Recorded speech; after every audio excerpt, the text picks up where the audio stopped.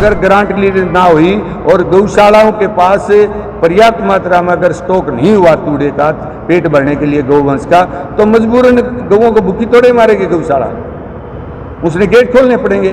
गौ सेवा आयोग का फायदा जरूर हुआ है, लेकिन गौ सेवा आयोग के माध्यम से या डिपार्टमेंट के एनिमल हस्बेंड्री डिपार्टमेंट के माध्यम से जो भी ग्रांट दी है वो ऊंट के मुंह में जीरा है। ये सरकार हमारी बीजेपी की सरकार जो गौवंश को रोड पे नहीं घूमने देंगे, ये वो लेके आई थी एजेंडा अपना इलेक्शन में, आप सब लोगों ने पता है। पिछली सरकार ने तो गोचरान भूमि 2 साल तक खाली रखी, 3 साल,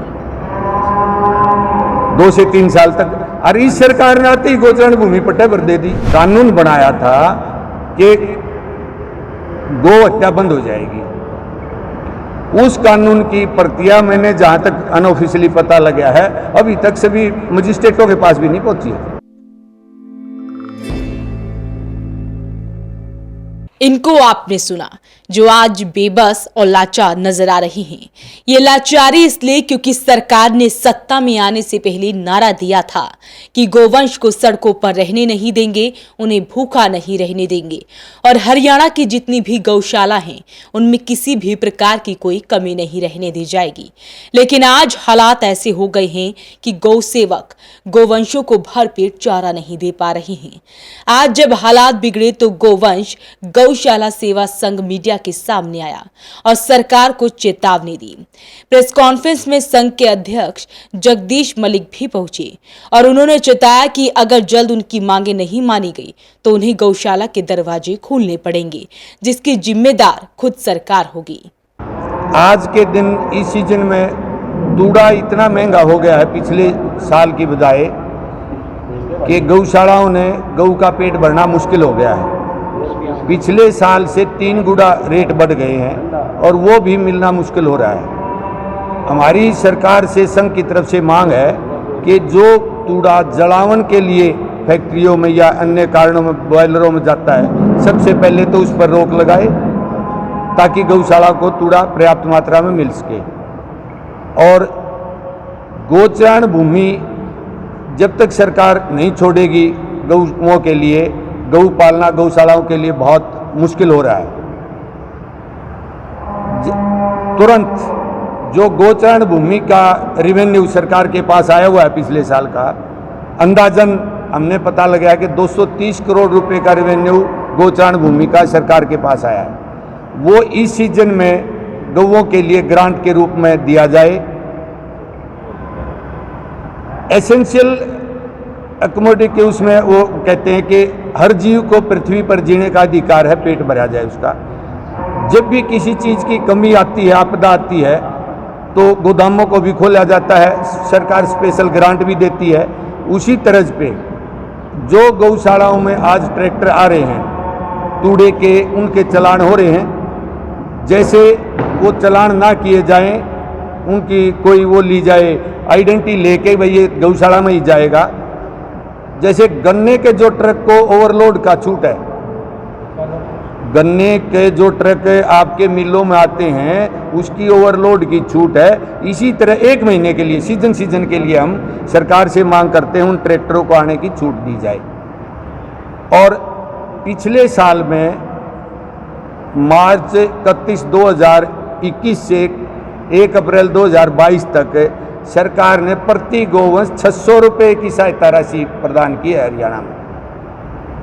प्रति दिन का बनता है 1 रुपया 64 पैसे। अब मैं आपसे सवाल करता हूं, आप ही बताएं क्या 1 रुपया 64 पैसे में गऊ का पेट भरा जा सकता है प्रतिदिन? समाज का कोई भी कार्य होता था पहले मैचिंग गारंटी होती थी, आप लोगों को भी पता है कि भाई आधा पैसा समाज लगा ले, आधा सरकार लगा देगी, समाज का विकास हो जाएगा। उसी तर्ज पर गाय का पेट भरने के लिए हम मानते थे पहले 100 रुपये में पेट भरा जाता था। जब भी हम कहते थे 50 रुपये प्रतिदिन तो दे सरकार, और अब जो तूड़े का भाव बढ़ गया है, हमारा अंदाजा है कि 160-70 रुपये में प्रतिदिन पेट भरेगा गौवंश का। गौशालाएं मजबूरन क्या करेंगी? भूखी तो मार नहीं सकते हम उनको गेट के अंदर रख के। मजबूरन गौशाला वालों ने अगर गेट खोलने पड़े तो इसकी जिम्मेदार सरकार होगी, अगर समय पे प्रबंध नहीं किया गया तो। ये आज गोवंश गौशाला संघ सरकार को टाइम पे चेता रहा है ताकि समय रहते सरकार इस दुविधा को काबू कर सके।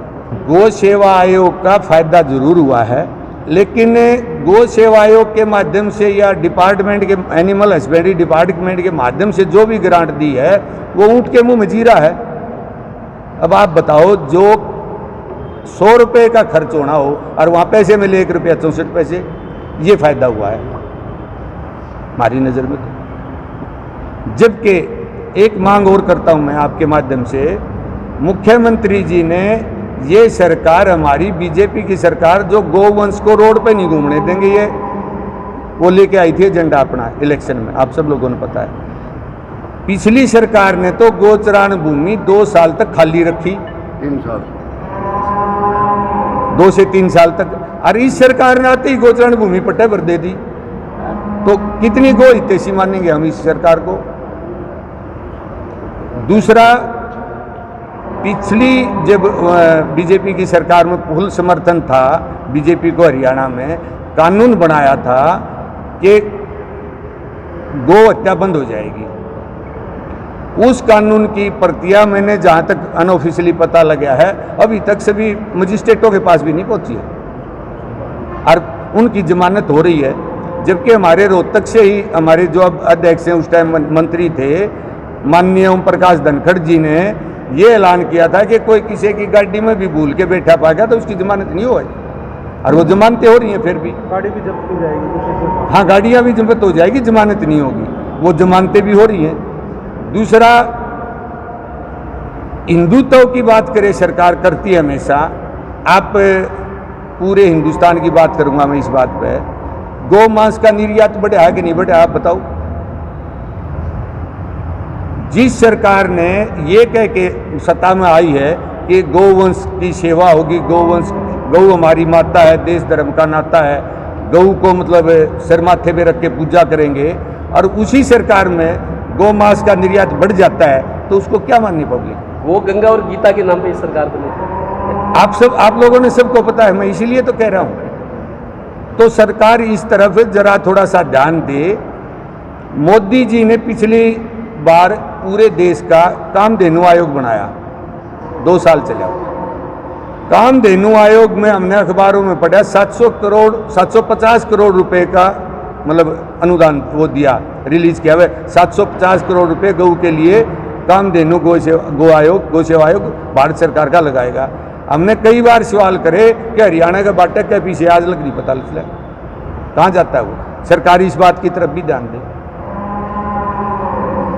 आज के दिन हमारी सबसे पहली मांग ये है कि ग्रांट तुरंत रिलीज की जाए। जैसे मुख्यमंत्री जी ने फरवरी के बजट में कहा था कि 50 करोड़ रुपए गौवंश के लिए हमने बजट में रख दिए, वो आज ग्रांट तुरंत प्रभाव से 15 दिन के अंदर रिलीज करने की आवश्यकता है, ताकि गौशालाएं महंगा सस्ता अपना स्टॉक कर लें।